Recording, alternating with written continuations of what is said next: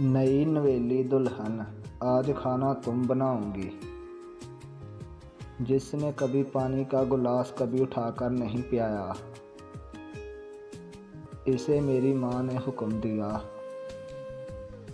वो उठी जिसे तीस करके 3-4 घंटे लगाए और खाना बनाया, मगर नमक और मिर्च इसके टेस्ट के मुताबिक नहीं थे, जिसे परफेक्ट कहा जाता है। इसलिए खाना घर के किसी अफराद ने नहीं खाया और तज़ाकरा किया अपनी माँ के घर से यह सीख कर आई हो।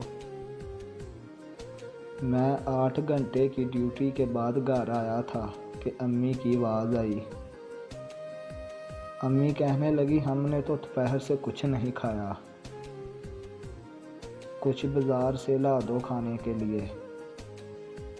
मैंने एक नज़र अपनी सहमी हुई बीवी पर डाली और मार्केट चला गया। खाना लेकर आया तो सब खाने लगे।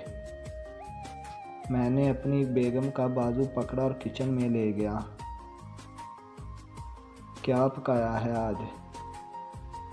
इसने आंसू कहीं आंखों में ही रोके हुए थे। मेरी बात सुनकर मुस्करा दी। बाकी सब की तरह बाज़ार वाला खाना नहीं खाओगे? नहीं, मुझे अपनी जान के हाथों का खाना पसंद है। इसने किचन में ही मेरे लिए खाना लगा दिया। जब मैंने चखा तो इतना भी बद जायका नहीं था कि वो खाया ना जाए, मगर इसे इतना मार्जिन ही नहीं दिया गया कि वो अपनी गलती ठीक कर लेती।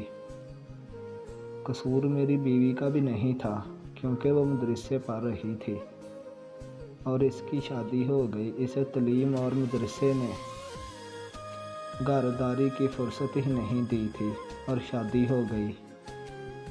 और कसूर मेरी माँ का भी नहीं था, जिसने हौस वाक़ बनकर सारी ज़िंदगी अपने बच्चों के लिए अच्छा खाना बनाया था। फिर वह औरत बहू के हाथ का बना बदमज़ा खाना कैसे खा सकती है? मैंने इस दिन अपनी माँ की भी बात मान ली। बीवी के हाथों का बना खाना भी खा लिया और इससे एक मोहब्बत भरे अमल की वजह से वो आज हर किस्म की डिश बनाना भी सीख जा चुकी है। और अगर मैं माँ की बात सुनकर सबके सामने से डांट देता तो शायद वो मुझसे बदगुमान हो जाती। रिश्तों में बैलेंस कायम करें और इतना मार्जिन ज़रूर दें कि लोग एडजस्ट होना सीख लें।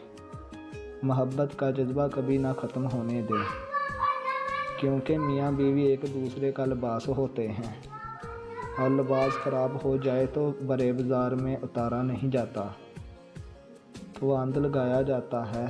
और रिश्तों में भी पाबंद लगाएं। अल्लाह सबको अमल की तौफीक अता फरमाए। आमीन।